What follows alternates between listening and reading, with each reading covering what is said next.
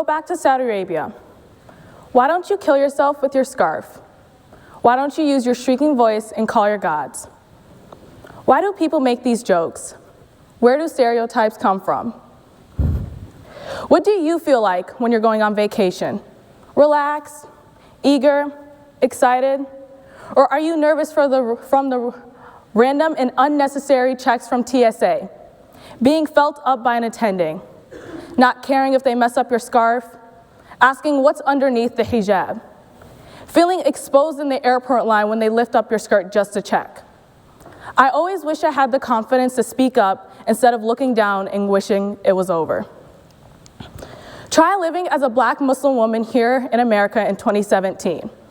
Cultural racism has become so normal that there are glares and stares. Young girls can have their hijabs pulled off and there are no consequences. Close friends and myself have had our hijabs ripped off because it didn't seem normal. Wearing a scarf might seem insignificant, but is a large part of my identity. There are 3 types of headscarves. The first is the hijab, which is the most simplistic covering, which I am currently wearing. The next is the niqab. It is where a cloth covers one side and connects to the other, leaving the eyes to be shown. The last is the burqa, which is a full body and face covering, leaving a mesh window of transparent cloth for a woman to see out of. A scarf is literally a layer. It symbolizes and it covers me, and it is part of who I am. But like all things with layers, it tells you something about me, but it doesn't define who I am. I am a Black woman. I am a Muslim woman. I work hard at school. I play golf and I run track. I bake. I am not afraid to speak up. I am traveling and experiencing other cultures. I am volunteering around the community. I am Mecca, meaning the holy city. I am American. My parents are American.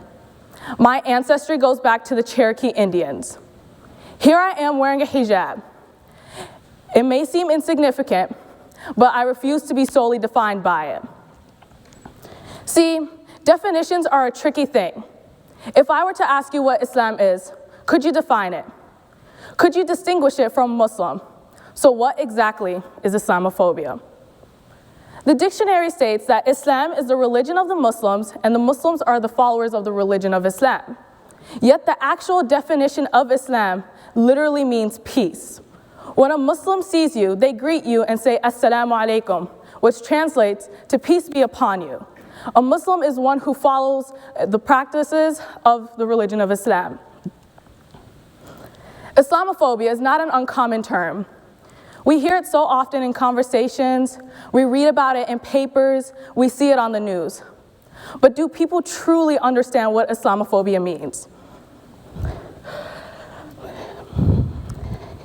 It is, according to Webster Dictionary, Islamophobia is the discrimination against Muslim people, the irrational fear, the aversion to Islam.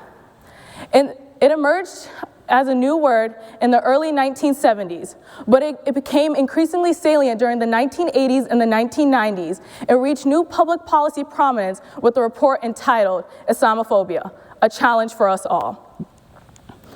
But the term, it embodies so much more to me. It is a local Ann Arbor woman being told to kill herself at a local supermarket. It's a young 7-year-old having her hijab ripped off and pushed down a flight of stairs. It is a woman in London of December of 2016 having her hijab ripped off and then dragged down a popular shopping street. It is having your own classmates question and judge whether you're a part of a terrorist group. Think about that. Your own friends you grew up with all your life, questioning you.